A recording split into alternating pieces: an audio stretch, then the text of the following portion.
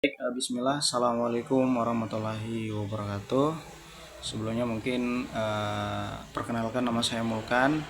Saya mahasiswa YN Kendari, Prodi Bimbingan Penyuluhan Islam dengan mata kuliah Perbandingan Agama. Jadi alhamdulillah pada kesempatan kali ini mungkin saya diberikan tugas ya mengenai mitologi atau mitos-mitos yang ada di Nusantara. Jadi mungkin judul saya akan membahas mengenai agama asli Nusantara itu sendiri. Jadi alhamdulillah hari ini mungkin saya akan membahas apa saja sih yang dianut atau dipercayai, diyakini oleh penduduk-penduduk asli ya Nusantara itu sendiri. Jadi agama asli Nusantara adalah agama-agama tradisional atau agama adat masyarakat pribumi asli yang telah ada sebelum agama dari luar Nusantara, seperti yang memang betul-betul kita lihat seperti agama Islam, Kristen, Katolik, Protestan, Hindu, Buddha, Konghucu masuk ke Nusantara atau Indonesia. Di setiap daerah ada banyak agama-agama atau kepercayaan asli masyarakat tradisional. Mungkin disebutkan dalam buku ini, bukunya itu Sejarah Agama Dunia. Jadi di sini ada banyak agama-agama yang disebutkan secara personal, bahwa agama asli Nusantara itu tidak disebutkan secara personal, melainkan ada banyak ya tempat ataupun keyakinan di Nusantara yang memang setiap daerah itu memiliki masing-masing kepercayaan ya. Jadi di sini ada agama Sunda Wiwitan yang betul-betul dipeluk oleh masyarakat Sunda. Kemudian ada agama Buhun ya yang dianut oleh Jawa Barat. Kemudian ada agama Kejawean, Parmalim, Tonas, Deluk, Kapitayan dan lain-lain. Namun kebijakan politik pemerintah Indonesia ya menggradasikan agama-agama asli tersebut sebagai aliran kepercayaan. Mereka menganut sebagai aliran kepercayaannya saja, bukan sebagai sebuah agama. Sampai sekarang tidak ada satupun agama-agama kepercayaan asli Nusantara yang diakui sebagai agama yang memiliki hak yang setara dengan agama lainnya untuk dicantumkan di KTP atau akta kelahiran, pencatatan perkawinan di kantor catatan sipil dan sebagainya. Seiring zaman, agama asli Nusantara ini meskipun punah dan menghilang dan hanya diikuti oleh sebagian kecil kelompok orang saja yang biasanya berada di daerah-daerah pedalaman seperti pedalaman Sumatera atau Irian Jaya, dan masih banyak pedalaman-pedalaman yang mungkin saya kurang menjalani atau kurang mengikuti lah. Tetapi dari semua agama-agama yang telah disebutkan tadi, saya sedikit mungkin menyinggung ya mengenai agama tertua ya atau agama kuno yang memang dianut oleh penduduk pribumi asli atau penduduk Nusantara asli, yaitu agama Kapitayan. Jadi agama Kapitayan ini adalah sebuah sistem kepercayaan atau agama asli masyarakat Jawa yang dipercaya telah ada sejak zaman kuno.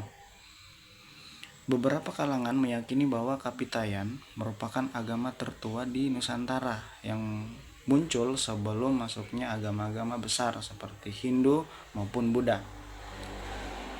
Jadi secara etimologi, istilah Kapitayan ini berasal dari bahasa Jawa kuno yang dibangun dari kata dasar Taya, aksara atau Jawa kuno. Secara harfiah pun berarti tidak terbayangkan atau tidak terlihat atau mutlak ya. Jadi ini berarti bahwa Taya ini tidak dapat dipikirkan atau dibayangkan atau tidak dapat didekati oleh kelima indera ini. Jadi secara keyakinan Kapitayan ini menganut dewa ya. Dewa Kapitayan adalah ajaran yang memuja cuma satu dewa yang disebut Sahyang Taya, yang artinya entitas yang tak terbayangkan ya. Disebut juga Suwung Awang atau Uwung Sahyang Taya diartikan sebagai Tankeno, kinaya ngapa, itu bahasa Jawanya itu.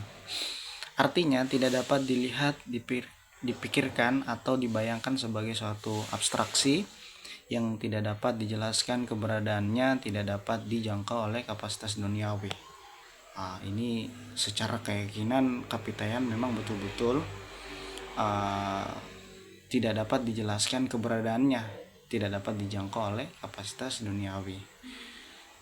Jadi istilah awang ubung ini mengacu pada sesuatu yang nyata tetapi tidak dapat dijangkau, yang dapat diketahui dan disembah oleh makhluk duniawi termaksud manusia, agar dapat disembah. Sahyang Tayah memiliki nama pribadi dan atribut yang disebut Tu atau Teo, yang berarti kekuatan magis dan bersifat supranatural. Tu atau Teo bersifat tunggal atau satu entitas. Tu ya atau Tu secara umum disebut dengan nama Sahyang, yaitu tunggal, dan memiliki dua sifat, yaitu sifat baik dan sifat jahat. Tu juga ini ya secara umum dikenal dengan sebutan Tuhan dan disebut Sahyang ya. Wenang Tu yang jahat disebut Sahyang Manikmaya. Dengan demikian Sahyang Wenang dan Sahyang Maniknya ini pada hakikatnya hanyalah sifat Sahyang tunggal ya. Semua aspek ini bersifat supranatural dan tidak dapat didekati dengan panca indera dan pikiran kita sendiri, hanya karakter yang diketahui. Jadi kekuatan Sahyang ini terwakili di berbagai tempat seperti batu, pohon, maupun persembahan yang dilakukan di tempat-tempat ini bukan untuk memuja batu, monumen, atau pohon, tetapi untuk mencerminkan pengabdian kepada Sahyang Taya ini yang kekuatannya terwakili di tempat-tempat tersebut.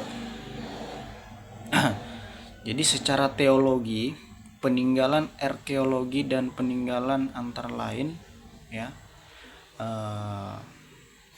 pada masa penjajahan, para ahli sejarah Belanda keliru mengidentifikasi Kapitayan sebagai animisme ya maupun dimanisme, karena secara fisik ritual yang dilakukan penganutnya tampak seperti pemujaan terhadap benda ya.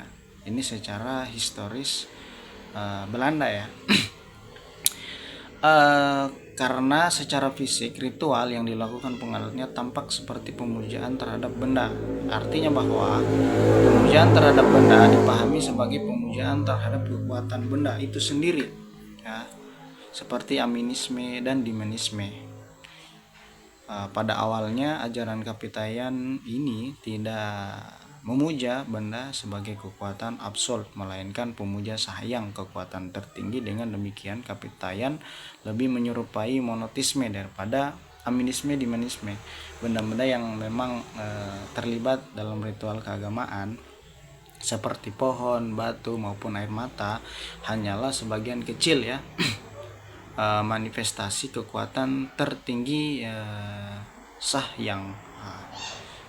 Jadi seperti itu saja mungkin dari secara teologinya. Jadi mungkin dari semua historis yang memang betul-betul saya sampaikan, mudah-mudahan keyakinan Nusantara ini bisa menjadi sejarah untuk teman-teman memahami konsep dasar ya, sejarah mitologis dari agama asli Nusantara itu sendiri. Mungkin itu saja ya yang mungkin saya dapat sampaikan dari cerita singkat saya ini mengenai agama asli Nusantara atau penganut keyakinan yang betul-betul diyakini orang-orang terdahulu kita ya. Mungkin itu saja ya dari storytelling yang saya ceritakan kepada tugas saya ini. Mudah-mudahan ini bermanfaat, menjadi referensi pengetahuan kita mengenai agama-agama yang ada di Nusantara ini. Mungkin itu saja, sekian dari saya. Mudah-mudahan ini bermanfaat. Saya akhiri dengan kalimat billahi fisabilil haq fastabiqul khairat. Assalamualaikum warahmatullahi wabarakatuh.